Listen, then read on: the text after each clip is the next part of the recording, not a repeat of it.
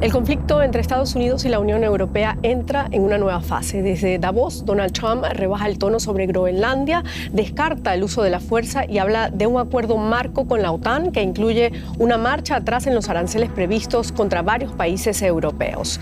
Sin embargo, en Bruselas persisten las dudas. Las amenazas y el uso de los aranceles como presión política han dejado una grieta en la confianza transatlántica que no se cierra solo con gestos. La Unión Europea se guarda a cartas, no descarta una respuesta comercial dura y acelera su búsqueda de mayor autonomía mirando a América del Sur e India. Por eso en A Fondo nos preguntamos, ¿freno arancelario de Trump, nuevo rumbo o solo táctica?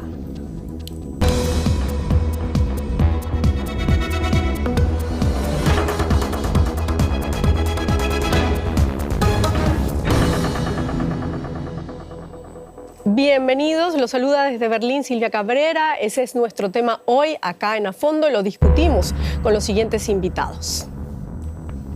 Pamela Aróstica, doctora en Ciencia Política por la Universidad Libre de Berlín, directora de la Red China y América Latina, enfoques multidisciplinarios, es especialista en política exterior comparada. Ezequiel Daray, licenciado en Economía por la Universidad Católica Argentina, analista financiero de DW en la Bolsa de Frankfurt.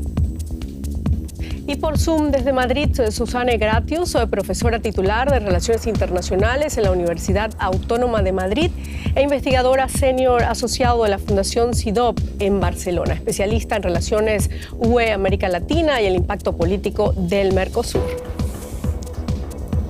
Este es el tema hoy en A Fondo. Los invitamos también a seguirnos por las redes sociales y, por supuesto, nuestra encuesta en YouTube. Todo está cambiando aceleradamente. Justo ayer veíamos a Donald Trump bajar un poco la guardia con respecto a Europa sobre Groenlandia. Hablaba de no usar la fuerza con Europa, de echar para atrás esos aranceles impuestos a varios países europeos y además de un posible acuerdo sobre Groenlandia con la OTAN. Te pregunto, Ezequiel, ¿debemos confiar en ese giro que estamos viendo de Donald Trump sobre Groenlandia o es solo una tregua táctica? Bueno, con Trump nunca se sabe y la realidad es que ayer en Davos dio un discurso fuerte. No solo él, también lo había dado Scott Bessent antes, muy duro con Europa. Cada palabra que dijo Scott Bessent fue para atacar a Europa. Trump dijo una gran cantidad de inexactitudes y falsedades, no solo por llamar Islandia a Groenlandia, pero hasta cada cosa que habló de la economía estadounidense era cuanto menos inexacta. Hasta el dato de inflación que dio estaba mal. Con lo cual me parece que es una estrategia más de Trump de entrar pateando el tablero y después negociar. Por eso, a mi entender, la Unión Europea no lo ha abordado bien. Parece como que no han aprendido todavía a negociar con Trump, que hace las cosas muy difíciles.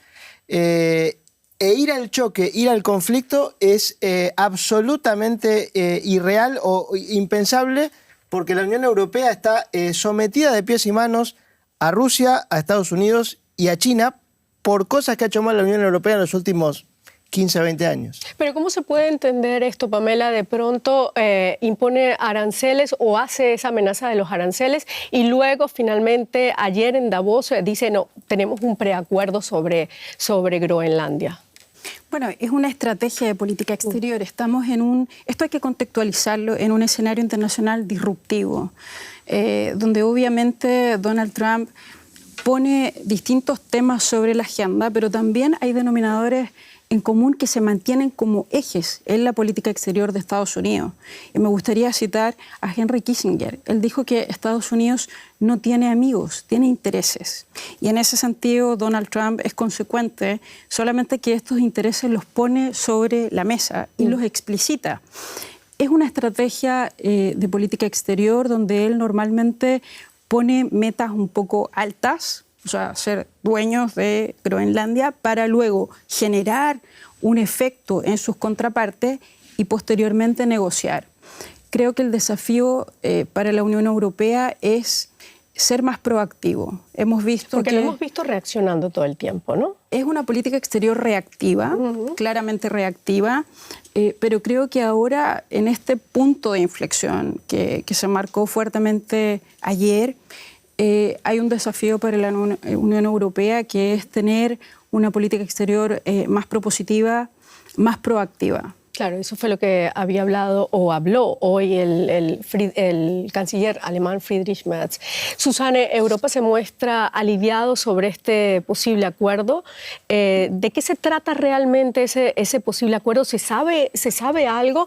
¿Y crees tú que se ha evitado realmente con este acuerdo una crisis mayor? ¿A qué acuerdo se refiere, en primer lugar? Que no le escuché bien la pregunta. Las bases para el posible acuerdo que se sentaron con la OTAN y los Estados Unidos para Groenlandia, o sobre Groenlandia. Sí, yo creo que allí estoy de acuerdo con Pamela, que yo creo que es una política reactiva de la Unión Europea. Yo creo que hay que hacerle frente a Donald Trump, ¿no? Y en este momento, quizás salvo el canadiense, Mark Carney, que hizo un discurso, bueno, bastante claro, ¿no? Que esto es una ruptura, que se inicia una nueva era. Bueno, por lo menos nos quedan, se supone que 3 años más con Donald Trump. Es una política muy disruptiva, ya no tenemos la alianza transatlántica, ni la podemos reconstruir. Yo creo que eso es importante tenerlo en cuenta, ¿no? Y en este marco la Unión Europea, como suele pasar, no tenemos una política realmente común, ¿no? La única respuesta que podemos dar en el fondo es comercial. Por eso la Unión Europea es donde tenemos una única política, ¿no? Hablamos con una sola voz y por eso los acuerdos con el Mercosur, que ahora se ha visto otra vez, con el obstáculo de que el Parlamento Europeo ayer lo mandó al Tribunal de Justicia, ¿no? Eso puede retrasar el proceso hasta 2 años más. No sé qué va a pasar con esto, pero la estrategia de la Unión Europea ha sido sobre todo comercial. Negociar, terminar los acuerdos con la India, con Mercosur, y diversificar las relaciones. Yo creo que eso es una política inteligente dentro del poco margen de maniobra que tiene la Unión Europea, porque es difícil, ¿no?, poner en común 27 estados. Susanne, pero te preguntaba sobre este acuerdo que supuestamente, o las bases de este acuerdo que supuestamente ha alcanzado la OTAN y Estados Unidos sobre Groenlandia. ¿Se ha evitado una crisis mayor ya con Europa o sigue latente el conflicto con Estados Unidos entre Europa y Estados Unidos? Bueno, en los 3 años que nos quedan creo que va a seguir latente el conflicto. Se van a abrir otras frentes seguramente. No creo que volvemos a esta alianza que vimos en el pasado, ¿no? Hasta en el primer gobierno de Trump todavía quedaba algo de la alianza transatlántica, que ahora se ha visto que no, está como... se está rompiendo, ¿no? Claro. Y Groenlandia, yo creo que es positivo que haya un acuerdo, pero yo creo que no hay que ceder, ¿no? Eso lo vimos un poco con otro ejemplo, con María Corina Machado, que hasta le dio la medalla, ¿no? Es un poco lamentable, ¿no? Toda esta política de darle la razón a Trump, hemos visto que yo creo que no conduce a resultados buenos, ¿no? Hay que hacerle frente, ¿no? Allí quizá podemos aprender hasta de Putin, ¿no? Que no cede. Yo creo que eso es importante, ¿no? Claro. Tener una negociación más dura, una posición mucho más dura, no como Mark Rutte de la OTAN, que parece que dentro de nada le van a ofrecer un ministerio en Estados Unidos, ¿no? Yo creo que le hace como demasiado para hacer muy directa la pelota a Trump, ¿no? Claro. ¿Tú crees que una posición más dura salve a la Unión Europea? Ayer, por ejemplo, estábamos viendo también a Macron decir nosotros no vamos a aceptar la política del más fuerte. ¿Es así como debería actuar la Unión Europea? Debería, pero no puede, porque, la Unión Europea se construyó durante mucho tiempo en 3 premisas que no existen más: que Rusia le daba energía barata, que Estados Unidos lo defendía militarmente y que China era el gran comprador. Esas 3 cosas no existen más. O sea, no existe la energía barata, no existe... comercialmente tenemos un gran problema con China y ya vemos que la defensa está en cuestión. Con lo cual, ¿cómo podría responder? Poniendo aranceles sería catastrófico, aranceles recíprocos sería catastrófico para la economía europea. Sancionando las tecnológicas estadounidenses son las únicas que pueden invertir y desarrollar proyectos de inteligencia artificial en Europa. Europa ha cometido tantos errores que lamentablemente está sometida a la política de abuso de Donald Trump, a la cual estoy de acuerdo que debería responder, pero a mi opinión no tiene con qué hacerlo sin salir dañada. Pamela, no tiene con qué hacerlo la Unión Europea. El gobernador de California acusa a Europa de agachar la cabeza, esas son sus palabras, mientras desde Washington se defiende la prudencia europea como una estrategia racional. ¿Quién tiene la razón? ¿Los que piden diálogo, que sean racionales los europeos, o los que piden más bien fuerza? Bueno, yo creo que en el contexto actual no es posible la lógica binaria. No es posible decir blanco o negro, buenos y malos, confrontación o bajar la cabeza. Yo creo que la Unión Europea hoy tiene una oportunidad de preparar fuertemente sus equipos negociadores.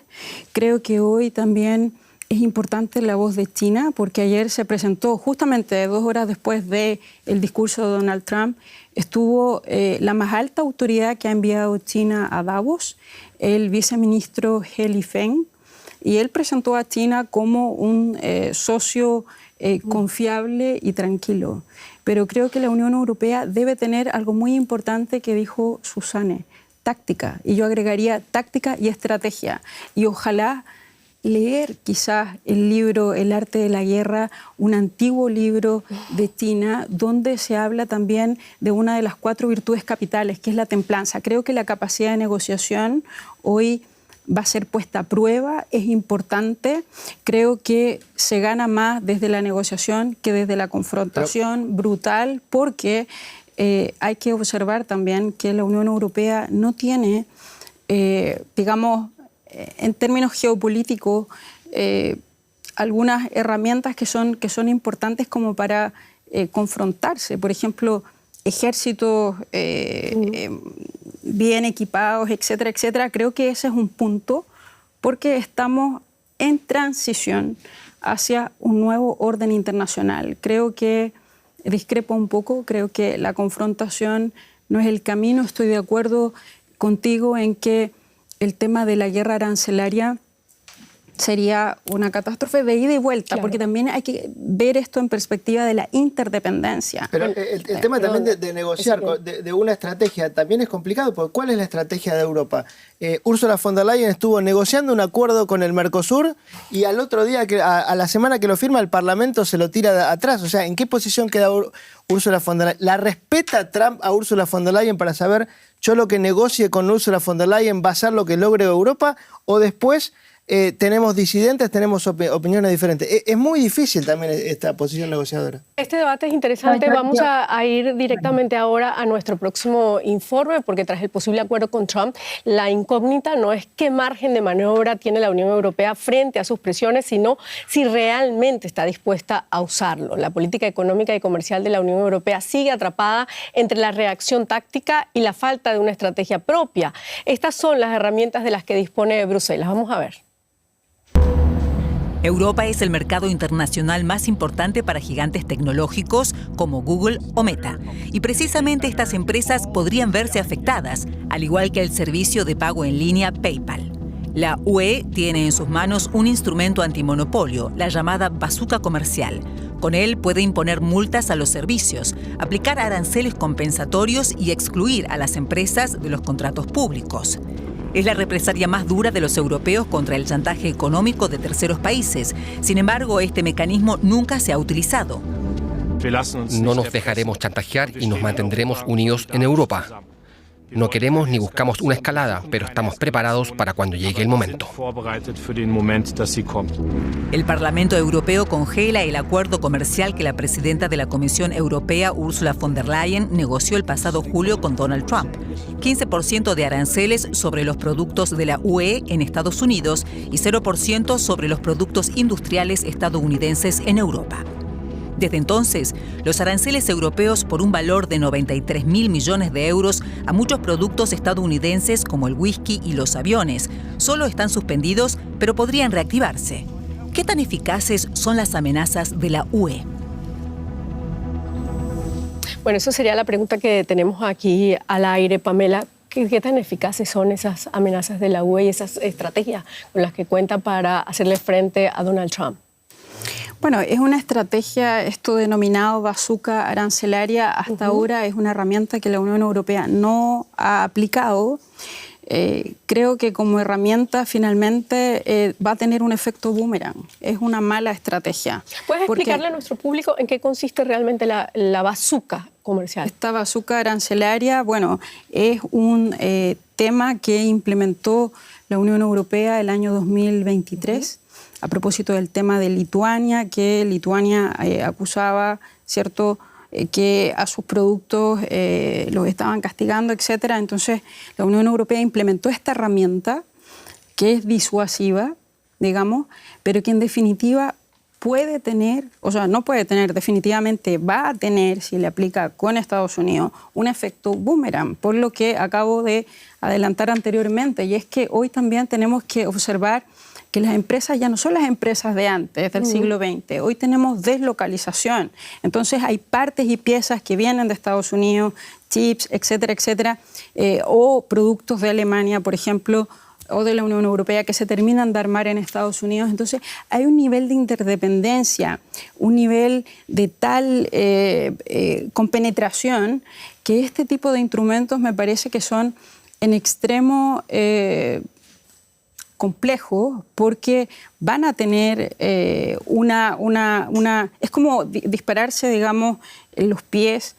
Es también, me gustaría citar al viceministro chino, que ayer en su discurso dijo que las guerras arancelarias, finalmente no hay ganadores en las guerras arancelarias. Entonces creo que es una herramienta más bien disuasiva que práctica. Claro, me quedo con eso. En las guerras arancelarias, Susana, no hay ganadores. Y yo creo que eso es lo que ha pasado aquí. Más allá de si pongo aranceles o si puedo responder con mis instrumentos y algunas estrategias, es la confianza lo que quedó hecho trizas en este momento con respecto a la Unión Europea y los Estados Unidos, grandes aliados históricamente, económicamente hablando y políticamente hablando, ¿no? Sí, bueno, eso es un proceso que empezó hace muchísimos años, ¿no? Nadie recuerda en este momento el proyecto de un área de libre comercio transatlántico, ¿no? Que había como muchas protestas contra este libre acuerdo. En su momento, es que yo creo que hemos combatido durante décadas el orden internacional liberal, que ya no existe, ¿no? O está en crisis, sigue existiendo, pero en algunas áreas, en otras no. Y es también un poco un choque de ideas, ¿no? La Unión Europea representa claramente esta liberalización del comercio. Son los países más globalizados del planeta, ¿no? Si miramos los países europeos individualmente. Y en ese sentido, también hay que entender que la Unión Europea no es un Estado, no es un Estado-nación. Claro, Trump piensa en categorías de Estado-nación. Y la Unión Europea es un proyecto que nace como una mezcla entre el constructivismo, construimos un proceso de integración, construimos instituciones supranacionales como la Comisión Europea, pero no renunciamos a la soberanía, ¿no? Eso es algo muy difícil de entender. Por eso si Donald Trump quiere imponer instrumentos comerciales unilaterales a España, pues lo impone al conjunto de la Unión Europea, ¿no? Porque tenemos una única política comercial. Por supuesto, y por eso conjunta, ¿no? Hablamos con una voz. Claro. Por eso también nuestra única estrategia, es lo que dije antes, es esta, ¿no? No tenemos militarmente, somos superiores a Rusia, ¿sí? Pero como no nos unimos, ni tenemos una política de defensa y seguridad común, pues eso nos sirve, ¿no? Nos sirve que España pone a disposición más, yo qué sé, Suecia, más Dinamarca, eso yo creo que nos sirve. Y volviendo al punto de Groenlandia, yo creo que fue importante también mandar personal militar allí, ¿no? Como una demostración de fuerza. En ese sentido, yo creo que esa estrategia, entre comillas, por lo menos si vemos el acuerdo en este momento entre Trump o a nivel de la OTAN, hemos evitado hasta un conflicto armado. Pero, ¿no? Susana, pero no, escenario, ¿no? Disculpa que te interrumpa, pero ¿no crees que fue también un poco ridículo que Alemania mande 12, 15 soldados a Groenlandia? ¿Cómo se ve eso? ¿Qué demuestra eso? Bueno, demuestra que la Unión Europea está por lo menos dispuesta a responder, ¿no? A contestar, a hacer algo, no a quedarse callado, ¿no? Yo creo que en ese sentido es importante. Claro. ¿Cómo lo ves tú, Ezequiel? Mandar soldados a Groenlandia de la manera como lo mandaron y además la respuesta que obtuvieron de los Estados Unidos. Bueno, no es el área de mi expertise, pero a mí me da la sensación que no creo que con ello hayan disuadido a Trump. Tal vez como comentaban, no es que Trump se haya querido o se quiera apropiar de Groenlandia, tal vez Groenlandia fue la meta de máxima como para tratar de lograr, que es probable, que la OTAN invierta más dinero para defender el Ártico. Hay muchos analistas que están diciendo si es que se va a armar, en algún momento se prevé una guerra, las potencias están buscando recursos, petróleo, minerales críticos y áreas de influencia. Y a Trump seguramente que le preocupa que China y Rusia tengan tanta influencia en el Ártico y tal vez con esto logre que la OTAN aumente su presencia militar en el Ártico. Y también yo no descartaría el objetivo de los minerales que hay en Groenlandia, ¿no? Hablabas tú antes de ese acuerdo comercial que fue, por lo menos ahora está parado, el acuerdo comercial entre la Unión Europea y Estados Unidos. ¿Qué fue lo que llevó a ese parón de este acuerdo y qué mensaje político envía? La Unión Europea y el Mercosur. Sí. Bueno, el proteccionismo. Ni más ni menos, sobre todo del sector agrícola, manda un mensaje político totalmente erróneo porque en este contexto político armar una unión de comercio absolutamente imperfecta porque Brasil sigue siendo un país hiperproteccionista y porque muchos de los problemas de las barreras arancelaриas en la Unión Europea no se iban a eliminar, pero era una gran posibilidad, por ejemplo, para la industria automotriz, que está sufriendo muchísimo, que está sufriendo la competencia de China, y obviamente que esto lo iba a sufrir el sector agrícola. Yo creo que también están usando el tema de los pesticidas como una excusa, porque son los mismos pesticidas que produce la Unión Europea y se los vende al Mercosur, que después no los quiere importar. Tampoco es que no los quiere importar, los importan. En 2024 la Unión Europea importó 20 millones de toneladas de soja de Brasil. Entonces, son argumentos para arancelarios para aplicar proteccionismo. Y un proteccionismo que realmente miope, porque los beneficios de tener un gran área de libre comercio de 700 millones de habitantes serían inmensos en este contexto geopolítico. ¿Abrirse a otros mercados es una buena estrategia entonces frente al poder de los Estados Unidos en este momento? Creo que una buena estrategia es diversificar. Yo creo que no hay que perder de vista también que cuando hablamos de la OTAN y algunos analistas dicen que se quebró, etcétera, no hay que perder de vista que también Estados Unidos es miembro de la OTAN y no ha dejado de ser miembro de la OTAN. Sigue participando. Ahora creo que se ha abierto una ventana de oportunidad para poder negociar. Y creo que la Unión Europea va a tener que preparar muy bien a sus equipos negociadores porque no es solamente este pedazo de hielo que dijo Trump, sino que también hay un potencial de recursos naturales, de tierras raras, pero hay otro tema también que es súper importante y que tiene que ver con las rutas logísticas. El Ártico. Entonces, las rutas logísticas hoy, cuando hay deshielo, China ya está presente por medio de las bases que tiene Rusia. Entonces, creo que se pone sobre la mesa una perspectiva, un escenario que es a corto, mediano y largo plazo. Con respecto a Mercosur, obviamente que es importante diversificar, pero también ser realista. No podemos tener un discurso exitista y decir, sí, son 700 millones, etcétera, porque también hay que tener muy presente que China ya está. China ya está presente en el Cono Sur, es el principal socio comercial de América del Sur y por lo tanto creo que ese factor, ese actor, China, la Unión Europea también debe tenerlo presente. Claro.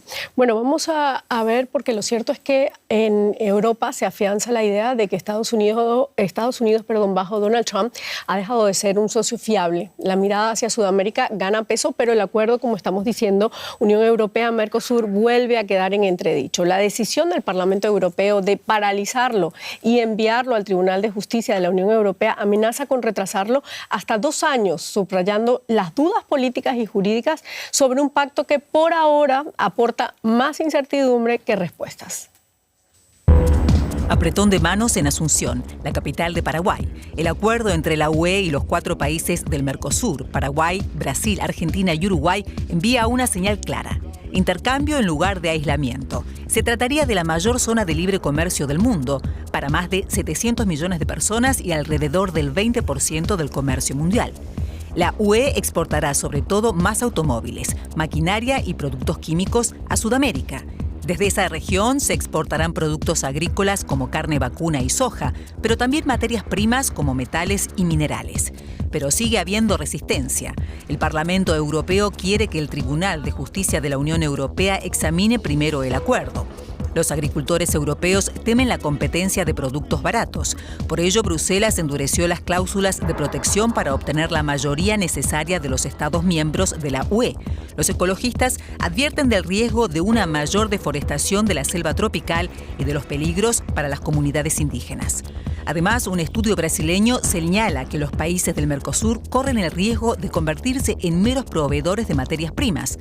No obstante, sudamericanos y europeos celebraron en enero el acuerdo como un contrapeso estratégico al proteccionismo y las aspiraciones hegemónicas de Estados Unidos bajo el mandato de Donald Trump.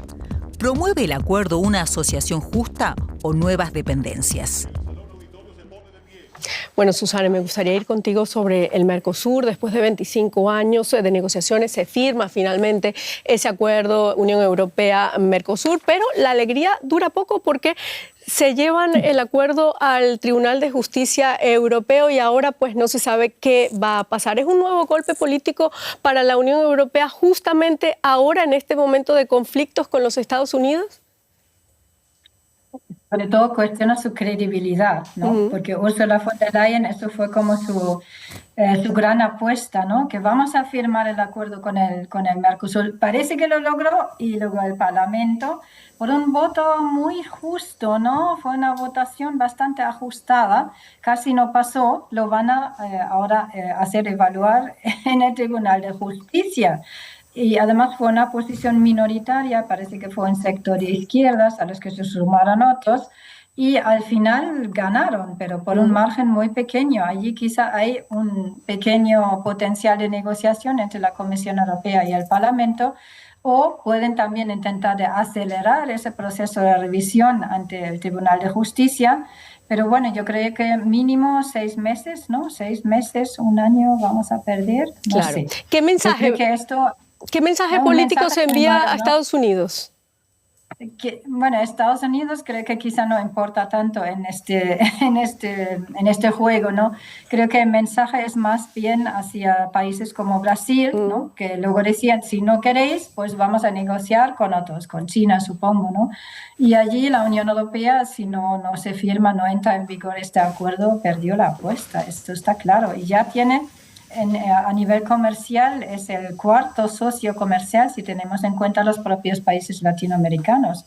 Históricamente, en los años 90, recuerdo, ¿no? que, por ejemplo, un país como Chile o como Brasil o Argentina, era el primer socio comercial era la Unión Europea. Hoy en día ya no. Tenemos inversiones históricas, pero allí ya yo creo que el mensaje es más que a Trump también, ¿no? Porque hubiera significado decir, bueno, nosotros apostamos al libre comercio, a la globalización, la apertura de fronteras. Se habló mucho de eso, porque yo me tuve que escuchar todos los discursos cuando se firmó el acuerdo y todos mencionaron el comercio justo, un mundo sin fronteras, ¿no? La apertura comercial. Todos estos son mensajes, ¿no? a Donald Trump contra el proteccionismo, lo decía creo que Antonio Costa, el presidente, ¿no? del Consejo. Y bueno, había un gran acuerdo y parece que esto casi queda como casi ridículo, ¿no? Si lo ves ahora y luego 2 días después o 3, el Parlamento Europeo dice, no, vamos a hacer que lo decida el Tribunal de Justicia, ¿no? Dando la razón a los agricultores que representan ¿cuánto? Un 4% de la fuerza laboral y un 1,2% del PIB de la Unión Europea. Claro, yo creo que ahí el tema de los lobbies y del proteccionismo no nos ha salido muy bien. Y la PAC tampoco, la política agrícola común. Claro, por eso decía, ¿qué mensaje se manda a Estados Unidos justamente en este momento donde Europa se está abriendo otros mercados internacionales y está mandando esas señales a los Estados Unidos, nos estás imponiendo aranceles, pero nosotros vamos a comerciar con otros países, ¿no?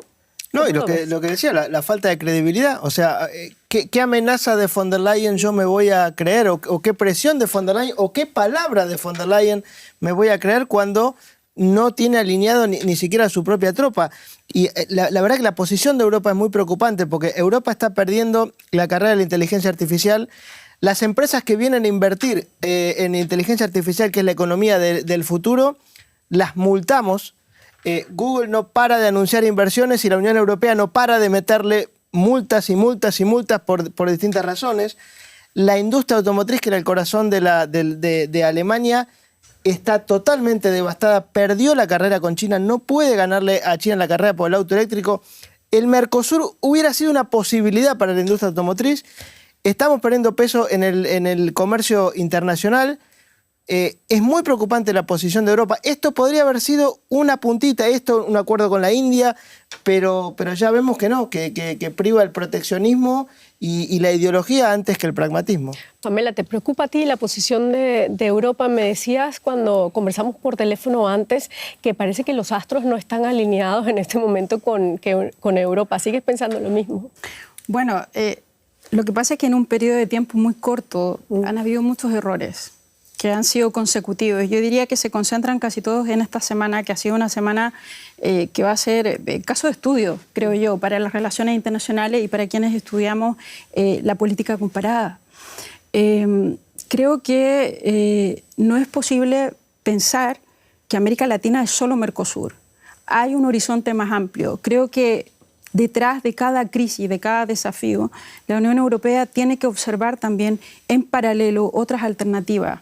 Mercosur es un tema que ya lleva 25 años, etcétera, solo por una diferencia mínima de 10 votos. Ahora va al tribunal y posiblemente va a estar detenido. Bueno, Susana fue bastante optimista. Yo creo que va a estar detenido mínimo un año o más, y si es que quizás, como dijo un colega mío de Chile, quizás es un acuerdo que va a morir.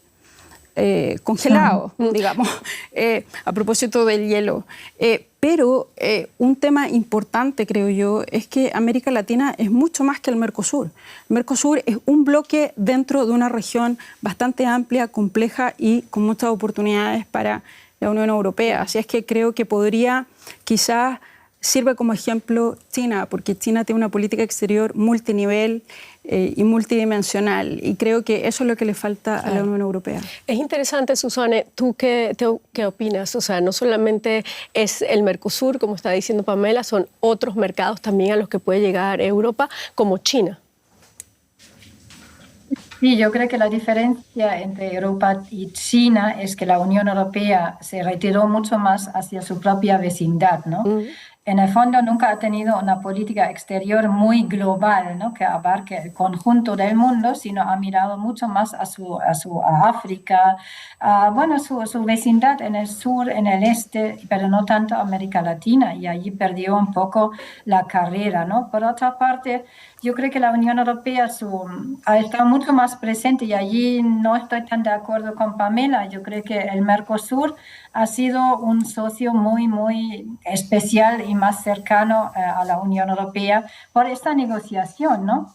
Y por su relación estratégica con Brasil, que fue el primer y en el fondo fue en su momento el único socio estratégico que tenía la Unión Europea, por el medio ambiente, cambio climático. Hay una agenda que va más allá del comercio, ¿no? El desarrollo sostenible. Y también volviendo al tema de la Unión Europea, que estamos como criticándola mucho, pero yo creo que también tiene mérito este proceso de integración que tiene muchos actores, ¿no? No solamente la Comisión Europea. No es que tenemos ahí un ejecutivo como en un Estado-nación, no es un sistema presidencialista, ¿no? Las decisiones se toman de otra manera, que tiene sus ventajas, pero también sus desventajas. En este momento es una gran desventaja. Pero en otros momentos quizá es mejor tomarse más tiempo para tomar la decisión y no decir lo que uno piensa y se le pasa por la cabeza cuando ha dormido mal una noche y se levanta el presidente Trump y nos dice cualquier cosa, ¿no? Yo creo que la Unión Europea, ahí su proceso de decisión es más temblado, como decía, ¿no? Y es un proceso más deliberativo, que hay diferentes intereses y hay que consensuar. De eso se habló mucho cuando se firmó el acuerdo Unión Europea-Mercosur. El diálogo, la cooperación, consensuar, son cosas que se nos han olvidado, ¿no? Que vienen más del liberalismo. Claro. Y parece que ahora somos todos realistas o geopolíticos. Bueno, dos posiciones. Yo creo que la Unión Europea podría tener un contrapeso, ¿no? Claro, en dos teoría, posiciones claro. distintas acá entre Pamela, Susanne. ¿Crees que va a quedar congelado para siempre, como dice Pamela, o más bien también estás un poco optimista?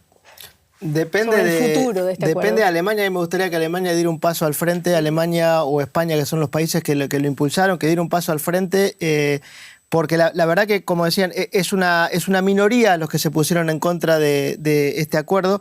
Lo que también hay que tener en cuenta es que nosotros hablamos de la Unión Europea, 450 millones de habitantes, pero la Unión Europea económicamente ni siquiera es una unión, y se lo dijo Scott Bessent el otro día en Davos. La Unión Europea no comercian entre ellos, el comercio se está reduciendo, y hoy, por ejemplo, si una empresa alemana quiere escalar en España, tiene otro conjunto de regulaciones, no hay ni siquiera un mercado de capitales unificado.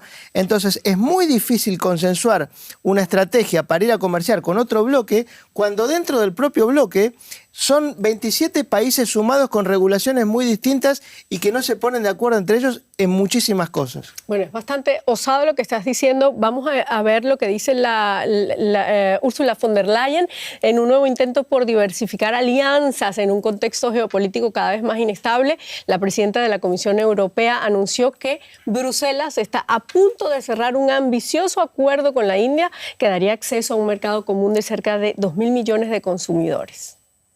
En mi opinión, el cambio radical que estamos viendo actualmente es una oportunidad, incluso una necesidad, para construir una nueva forma de independencia europea. Después de Davos, el próximo fin de semana viajaré a India, aunque queda trabajo por hacer, pero estamos a las puertas de un acuerdo comercial histórico.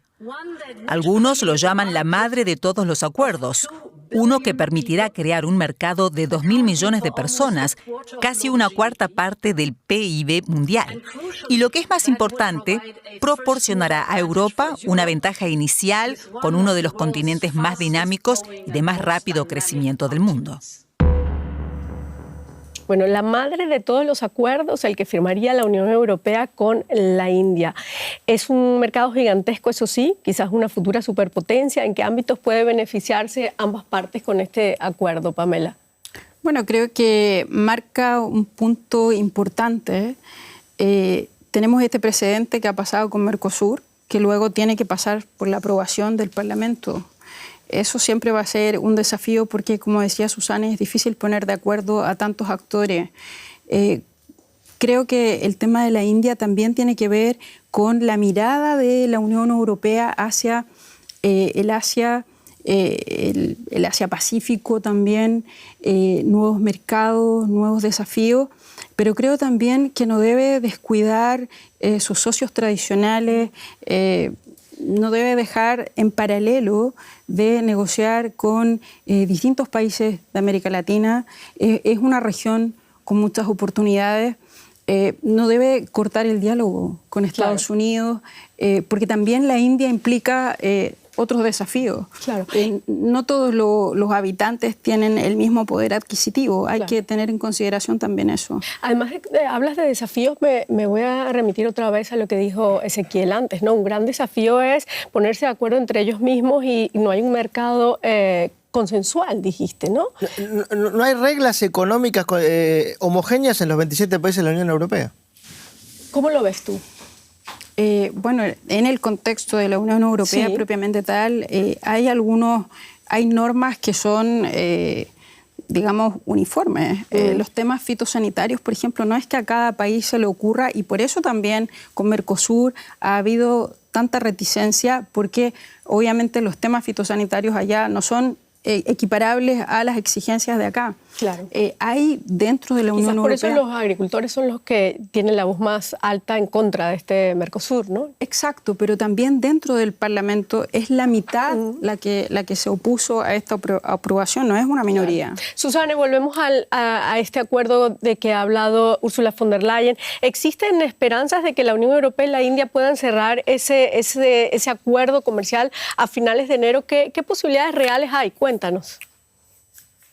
Bueno, yo estoy de acuerdo con Pamela. Yo creo que va a ser difícil. Quizá se firme, quizá todo vaya bien y estamos otra vez, por segunda vez, ante estos discursos grandilocuentes, un mundo diferente, comercio justo y al final fracasa en el Parlamento, ¿no?